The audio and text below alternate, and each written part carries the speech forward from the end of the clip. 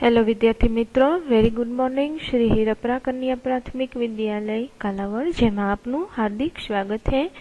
बच्चों, हम आज हिंदी का तास पढ़ेंगे। दूसरा सत्र का चैप्टर नंबर 10 सीखो, जिसका प्रकार हमें यहाँ काव्य में दिया है। तो चैप्टर नंबर 10 सीखो। सीखो का अर्थ होता है कुछ सीखना।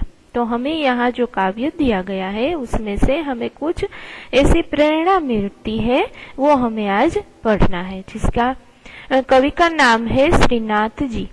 तो इस काव्य में, इस कविता में प्रसिद्ध रचनाकार श्रीनाथ जी कवि ने हमें क्या सूची इसमें बताई है, हमें क्या इसमें दिखाया है कि हमें किस किस चीजों से हमें कुछ सीख लेनी है।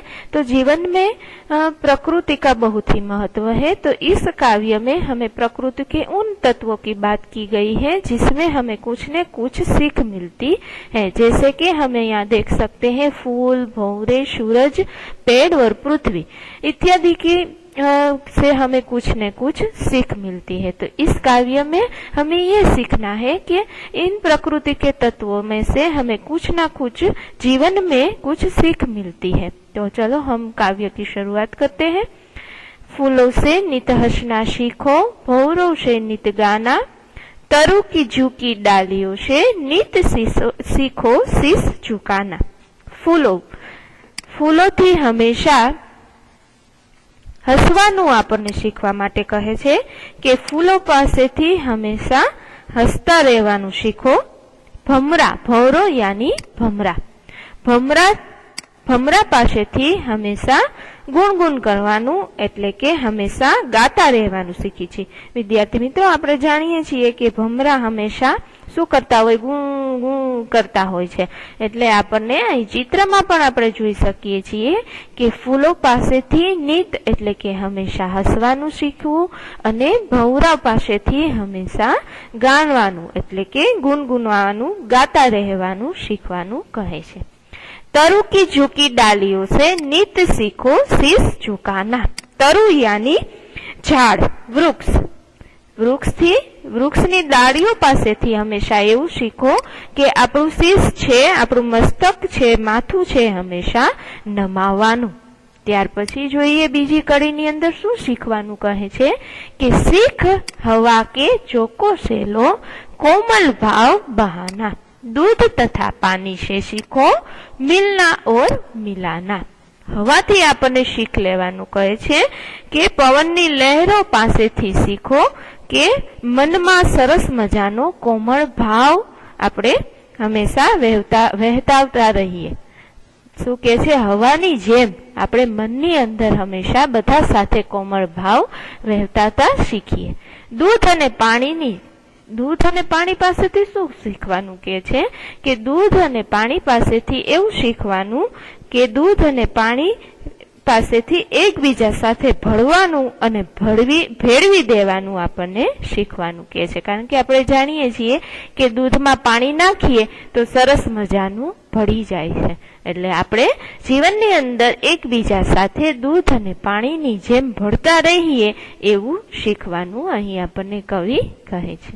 ત્યાર પછી જોઈએ કે सूरज की किरणों से सीखो जगना और जगाना। लता और पेड़ों से सीखो सबको गले लगाना। सूरजनी किरणोथी શું શીખવાનું કહે છે કે સૂરજના કિરણો પાસેથી જાગવાનું અને બીજાઓને જગાડવાનું શીખો। ત્યાર પછી વૃક્ષો પાસેથી અને વેલા પાસેથી, લતા એટલે વેલો અને પેડો એટલે કે વૃક્ષો એટલે કે વેલો અને વૃક્ષો પાસેથી એવું શીખવાનું છે કે એકબીજા પાસેથી સૌને અપનાવવાનું, એકબીજાને ગળે મળવાનું એટલે કે એકબીજાને આપણા જીવનની અંદર અપનાવવાનું શીખવાનું કહે છે। કારણ કે વેલો અને વૃક્ષ બંને એકબીજા સાથે હંમેશા મળતા હોઈએ છે। તો એવી રીતે આપણે પણ જીવનની અંદર એકબીજા સાથે મળતું રહેવાનું શીખવાનું કહે છે। વિદ્યાર્થી મિત્રો, કાવ્યનું નામ જ सीखो છે એટલે કે કંઈક શીખવું। केनी पासेथी तो कि इन प्रकृति के तत्वों के पास से हमें कुछ सीखना है। आगे देखते हैं। मछली के पास अब मछली से क्या हमें सीखना है? मछली से सीखो स्वदेश के लिए तड़पड़ कर मरना। पतझड़ के पेड़ों से सीखो दुख में धीरज धरना। मछली यानी माछली। માછલીથી પણ આપણને કંઈક શીખવાનું કહે છે કે માછલી પાસેથી પોતાના દેશ માટે, સ્વદેશ એટલે કે પોતાનો દેશ, પોતાના દેશ માટે તડપી તડપીને મરવાનું. અને પતઝડ એટલે કે પાનખરની ઋતુ જ્યારે આવે છે ત્યારે વૃક્ષોના બધા જ પાંદડા ખરી જાય છે. તો આ શું છે? એના માટે એક દુઃખની વાત છે. તો આ દુઃખના સમયે પણ વૃક્ષ છે એ પડીને ભાંગી નથી પડતું, પણ ધીરજ રાખી અને એનો સામનો કરે છે. એટલે કે વૃક્ષો પાસેથી આપણને એ જાણવા જડે છે, એ શીખવા મળે છે કે આપણા જીવનની અંદર કંઈ પણ મુશ્કેલી આવે, દુઃખ આવે, આપણે ધીરજ રાખવી જોઈએ. તો માછલી પણ, જ્યારે માછલીને આપણે જાણીએ છીએ કે પાણીથી બહાર કાઢી એટલે તે મૃત્યુ પામે છે, એટલે પોતાના માટે, પોતાના દેશ માટે તે તડપી તડપીને મરે છે. એટલે કે આપણે પણ આપણા દેશ માટે, આપણા મુલ્ક માટે કંઈક કરવું જોઈએ, એવી શીખ અહીં આપણને આપવામાં આવે છે, જે માછલીના ઉદાહરણ દ્વારા આપણને સમજાવેલું છે. ત્યાર પછી જોઈએ કે દીપક સે सीखो जीतना हो सके अंधेरा हरना। पृथ्वी से सीखो प्राणी की सच्ची सेवा करना। दीपक यानी दीवो. દીવાથી શક્ય હોય તેટલું અંધારું છે એ દૂર કરે છે. આની પાસેથી કંઈક શીખવાનું છે કે શક્ય હોય તેટલું અજવાળું ફેલાવે છે અને અંધારાને દૂર કરે છે. તેમજ પૃથ્વી પાસેથી, એટલે કે આપણે જે પૃથ્વી ઉપર લોકો રહીએ છીએ, પૃથ્વી પાસેથી એટલું શીખવાનું કહે છે કે પ્રાણીઓની સાચી સેવા કરવાનું શીખો. પૃથ્વી સે શીખો એટલે કે પૃથ્વી પાસેથી પ્રાણીઓની સાચી સેવા કરવાનું શીખો. जलधारा से सीखो आगे जीवन पथ में बढ़ना और धुएं से सीखो हरदम ऊंचे ही पर चढ़ना। जलधारा यानी नदी जो વહેતી જ જાય છે, વહેતી જ જાય છે, ક્યારેય ઊભી રહેતી નથી. પાણીની વહેતી આ ધારા, જલધારા છે, એની અંદર જીવનમાં સદાય આગળ વધવાનું આપણને શીખવે છે. આ જલધારા દ્વારા આપણને જીવનમાં આગળ વધવાનું કહે છે. જીવન પથને યાની જીવનમાં જેમ પાણીનો પ્રવાહ છે તે આગળ ને આગળ વધતો જાય છે, તેમ આપણે પણ જીવનમાં આગળ ને આગળ વધવું જોઈએ.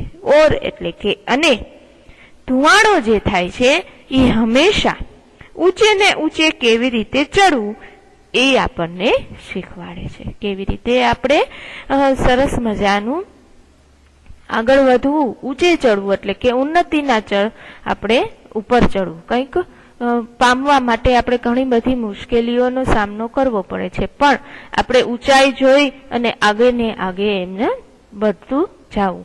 એટલે કે અહીંયા ધુવાણો, જે કંઈ ધુવાણો થાય છે એની પાસેથી આપણને હંમેશા એ શીખ મિલે છે કે હંમેશા ને હંમેશા માટે આપણે છે એ ઊંચે ને ઊંચે ચડવું જોઈએ. પાછું થોડીક મુશ્કેલી આવે એટલે પાછું વળી અને નીચે ન આવવું જોઈએ, પણ આગળ ને આગળ વધવું જોઈએ. તો વિદ્યાર્થી મિત્રો, આ છેલ્લી પંક્તિ 2 જે છે એમાં આપણને આપણા જીવનની અંદર આગળ વધવાનો સરસ મજાનો બોધ આપે છે. તો આ કાવ્ય શ્રીનાથજી સિંહ નામના કવિએ સરસ મજાનું જીવનની અંદર કંઈક શીખો એવું નામ આપી અને આપણને પ્રકૃતિના ઘણા બધા તત્વો દ્વારા આપણને માહિતી આપી કે કયા તત્વથી આપણને જીવનની અંદર શું શું શીખવા મળે છે. વિદ્યાર્થી મિત્રો, હવે જોઈએ શબ્દાર્થ.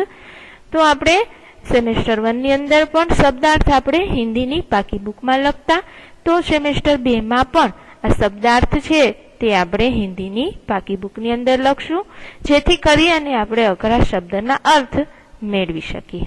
ત્યાર પછી જોઈએ મુહાવરે. તો મુહાવરે પણ આપણે હિન્દીની પાકી બુકની અંદર લખશું. ત્યાર પછી આગળ જોઈએ અભ્યાસ. તો અભ્યાસ પણ તમારી હિન્દીની પાકી બુકની અંદર લખવાનું રહેશે। એમાં પ્રશ્ન નંબર 4 માં આપણને એમ કહ્યું છે कि किससे क्या सीखे वो सोच कर बताना है।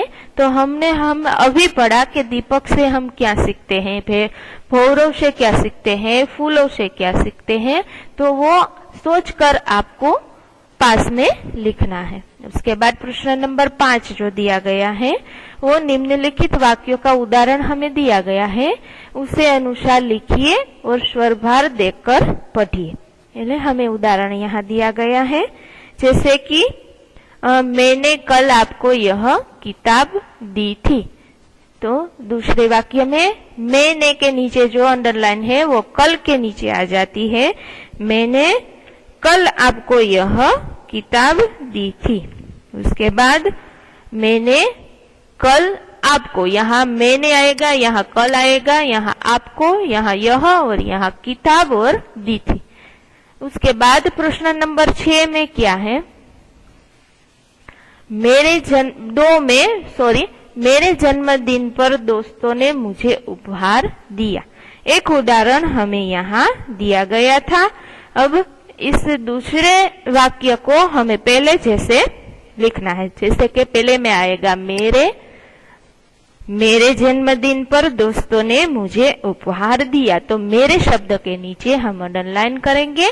दूसरा वाक्य फिर से लिखेंगे मेरे जन्मदिन, तो जन्मदिन पर अंडरलाइन आएगी। उसके बाद तीसरी बार दिखेंगे कि मेरे जन्मदिन पर, दोस्तों के नीचे अंडरलाइन आएगी और मेरे जन्मदिन पर दोस्तों ने मुझे, उसके नीचे, और लास्ट में उपहार उसके नीचे आएगी। तो इसी तरह आपको तीसरा वाक्य भी आपको बनाना है और उसके नीचे अंडरलाइन करनी है।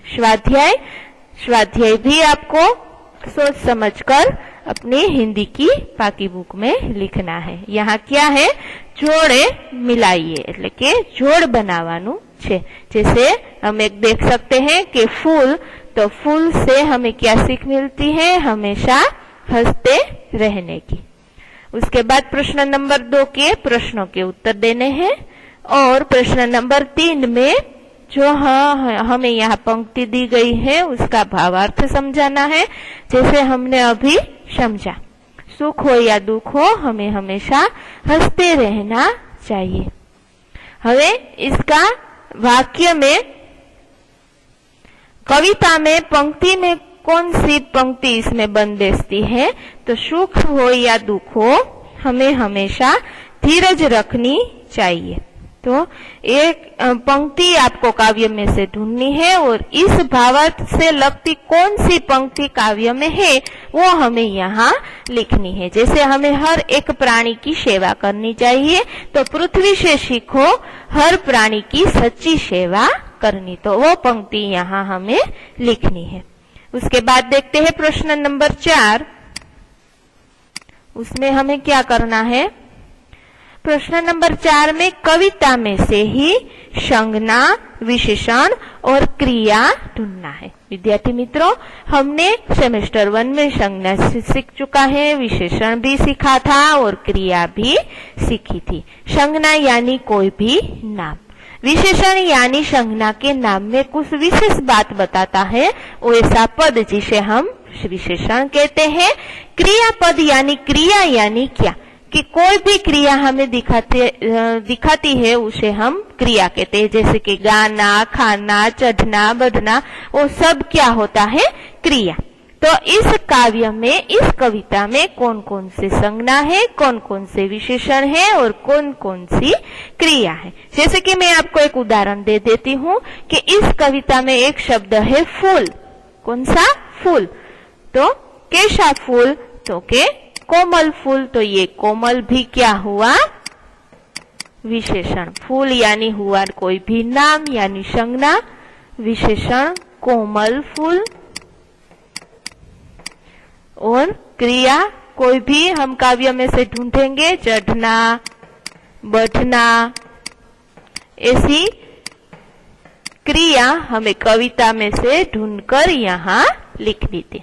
सर्वप्रथम हम विद्यार्थी मित्रों कविता में से संज्ञा ढूंढेंगे यानी कोई भी नाम, उसके बाद कविता में से विशेषण ढूंढेंगे। विशेषण मैंने आपको सिखा दिया। विशेषण यानी नाम के पद में कुछ विशेष बात होती है, जैसे कि ऊंचा, नीचा, ये क्या है? विशेष है। बड़ा, छोटा और क्रिया, और कविता में से हम क्रिया ढूंढेंगे। तो विद्यार्थी मित्रों, ये आपको प्रैक्टिस आपकी बुक में करनी है।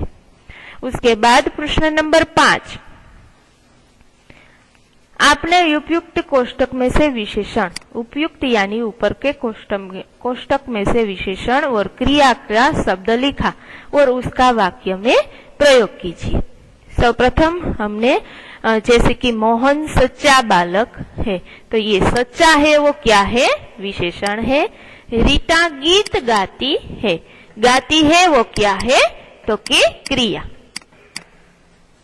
ऐसे हमको विशेषण और क्रिया का वाक्य में प्रयोग करना है। उसके बाद है योग्यता विस्तार, यानी हमें कुछ सीखना है। इससे आप क्या सीखेंगे उसकी चर्चा करेंगे। जैसे कि कुत्ता, विद्यार्थी मित्रों हम जानते हैं कि इस इकाई में से हमें कुछ ना कुछ सीखना है, कुछ सीख मिलनी चाहिए। तो हमें यहाँ ऐसे कैसे उदाहरण दिया गया है कि उसमें से हमें क्या सीख मिलती है। जैसे कि पहला दिया गया है कुत्ता, तो कुत्ता हमेशा क्या करता है? वफादारी। तो कुत्ता से हमें वफादारी जीवन जीने की सीख मिलती है। उसके बाद अगरबत्ती, तो अगरबत्ती हमेशा अच्छी अच्छी सुवास बहकाता है, इसलिए हमें अगरबत्ती से अच्छी सुवास फैलाना सीखना है। उसके बाद जो हंस, सियार, बुलबुल, मधु मक्खी, नदी, चींटी और मकड़ी और कंगारू, ऐसे शब्द हमें दिए गए हैं। तो आपको इसके बारे में चर्चा करनी है और कहना है कि इससे हमें क्या सीख मिलती है। उसके बाद है, क्या तुम अपने आसपास की चीजों से भी कुछ सीख सकते हो? यदि हाँ तो लिखो यहाँ। तो यहाँ आपको लिखना है कि आप कौन सी आसपास की चीज से कुछ सीख सकते हैं। कविता में किसी न किसी से कुछ न कुछ सीख लेने की बात की गई। अगर हम किसी से कुछ भी ना सीखे तो क्या होगा? तो इस विचार को आपको लिखना है। तो विद्यार्थी मित्रों, यही आपका हमारा बहुत ही छोटा सा सुंदर सीखो काव्य पूर्ण होता है।